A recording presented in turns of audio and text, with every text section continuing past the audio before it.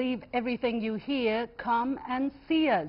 Chinese technology giant Huawei published a full-page open letter with this headline last week in the Wall Street Journal. To dispel any misunderstanding about what the company does and stands for, the letter invites U.S. media professionals to visit Huawei's offices and meet its employees in person. To follow up, the company also sent individual letters to a select group of U.S. journalists to visit its campus in Shenzhen, southern China, where Huawei's global headquarters are located. The individual letters offer to cover the costs of the travel if such payment can be accepted. But the invitations have been met with controversy, with some U.S. journalists calling it a junket invitation or even bribery. What is Huawei trying to achieve here? What's the common practice in corporate PR when organizing such tours? What is the distinction between PR and bribery? Joining me for the discussion are Han Hua, Fellow at Chongyang Institute for Financial Studies at Renmin University in the Beijing studio, and Douglas Smith, a former Assistant Secretary at the U.S. Department of Homeland Security, joining us from Washington, D.C. Welcome to both of you. To the point, I would like to read out a little bit of what was written in this letter. For instance, this letter was drafted by a director of the board of Huawei and by the name of Catherine Chen, and it says, "I am writing to you in the hopes that we can understand each other better. In recent years, the U.S. government has developed some misunderstanding about us. We would like to draw your attention to the facts." So, Ms. Han here, what is Huawei trying to do here with this open letter? What difference does Huawei want to make? In my opinion, I think it's a very natural flow of making this opening letter. From the very beginning, since Meng Wanzhou's arrest, Huawei's PR strategy has been shifted drastically from a very low-key profile and not proactive way to a very proactive and open way. And Huawei has been sending open letters, not only this time, but in the previous times, from the founder Ren Zhenfei, as well as Huawei's branch officers, like in Australia and in other countries. So Huawei, as well as us, as the audience or the end users, and we see that Huawei has been gaining some ground in terms of doing this PR campaign. And the results are, for example, the New Zealand government has announced that it would possibly consider leaving doors open for Huawei to sell equipment in their country. And also the UK government has announced that its cybersecurity authority will be able to check out the potential risks if Huawei is really deploying in UK. Okay. So it's very natural for the company to take the further steps in terms of using the open letter as a strategy. All right. Mr. Smith, what do you think prompted Huawei to take this move? What's the intention? Well, I think the intention is to shift the focus on their theft of intellectual property and the fears of embedding foreign technologies into U.S. equipment. I give them credit for trying something. I think if they really wanted to try something, the open letter would have been to the director of the National Security Agency and the FBI and others in the U.S. saying, please come, here's our source code, inspect what we're doing, let us prove to you that we're not trying to steal intellectual property or embed code into any of your technologies. Maybe that's the next step, Mr. Smith. What's, inviting U.S. journalists to come and see it would be a legitimate step, no? No, I think you yourself are an accomplished, well-thought-of journalist, and I would suspect that you wouldn't react well if a U.S. corporation sent a public letter and said, let us pay for a full, fair, first-class ticket to the United States to come report on us. I don't think it would go so well. So I think any mainstream journalist in this country is not going to react that way, and if anything, it's probably going to prompt them to do even more digging and cover this story more. So, all right. Well, I get what they're trying to do. I just, as someone who came out of government and out of communications, I think it's going to backfire ultimately. Okay. So you think that they want to shift focus from the real issue in your eyes, which is the theft of intellectual property, that they want to pretend to be open and that they are sending this letter to the wrong group of people. Han Hua, how do you react to that? It's not shift the focus. I think it's right on the target, to let the people know that we will tell the truth and only choose by inviting the journalists to come to Huawei headquarters. Because for a high-tech company, the core competence for a high-tech company maybe relies with its employees, with its labs.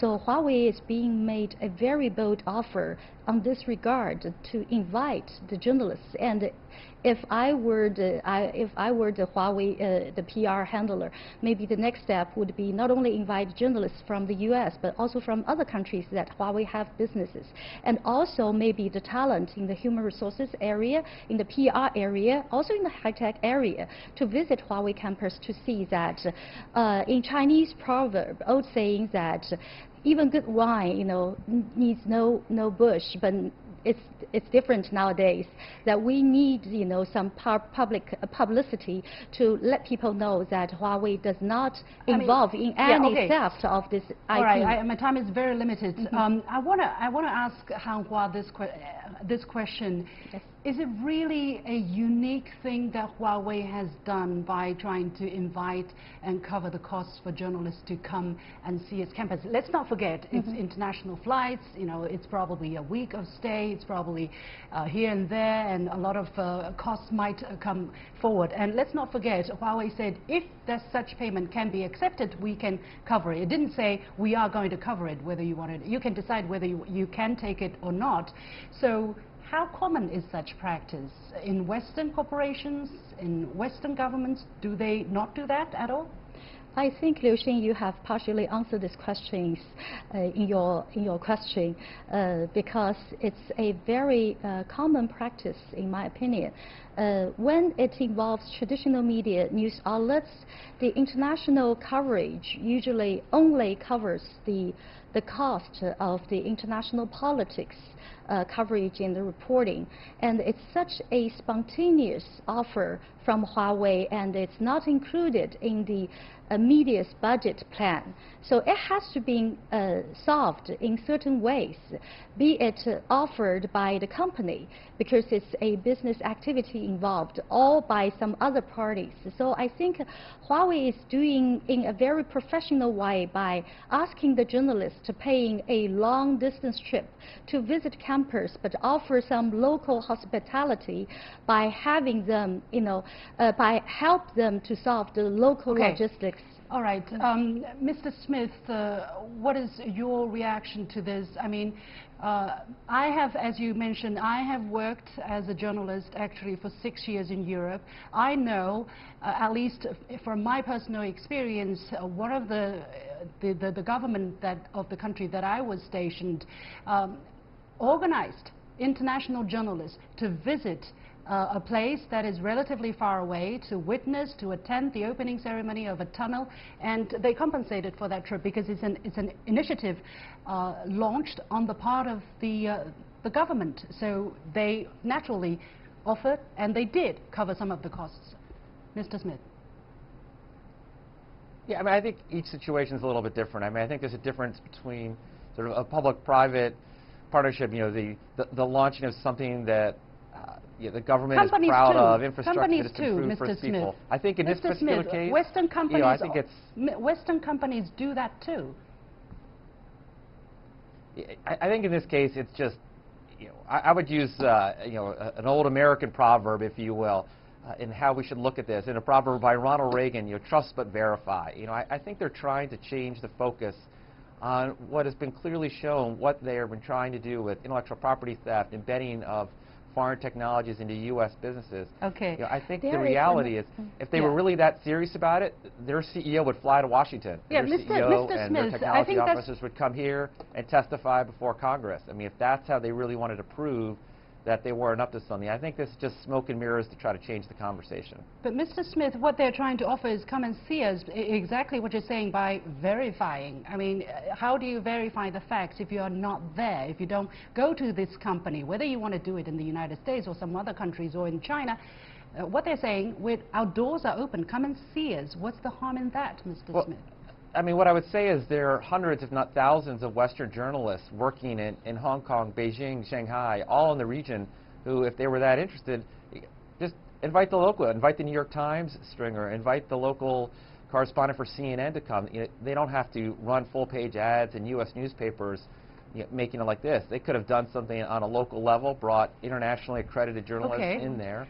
Okay. But you know, I think the challenge is, you know, they're facing a massive PR battle, and this is the strategy they chose to take. I don't happen to think it's going to work. I mean, I think if they were really truly that serious, I think there were smarter, easier ways to try to convince, you know, the sort of American reader, the British reader, all right, you know, the international security services, et cetera, as to what they were doing and not doing. Okay, there are different ways to look at this issue. Anyway, they're trying to make a very public message, and yet, I want to say some of the U.S. journalists who received this invitation really reacted very strongly, calling it a bribe and calling it a junket invitation, and that anybody who would take it should be ashamed and shamed. Hanhua, how do you look at this kind of response?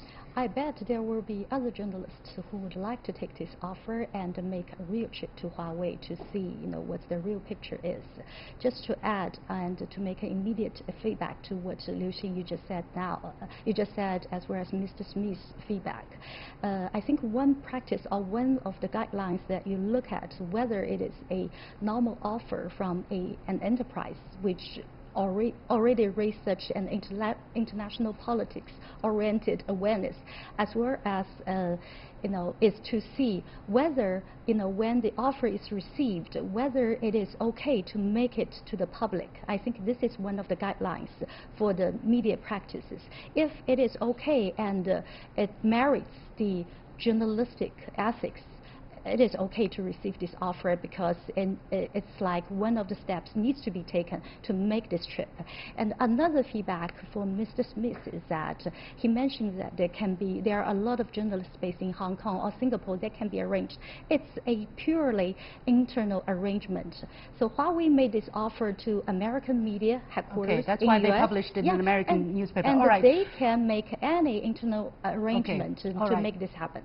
We're going to leave it there. Many thanks to Hanhua, Fellow at the Chongyang Institute for Financial Studies at Renmin University, and Douglas Smith, former Assistant Secretary at the U.S. Department of Homeland Security.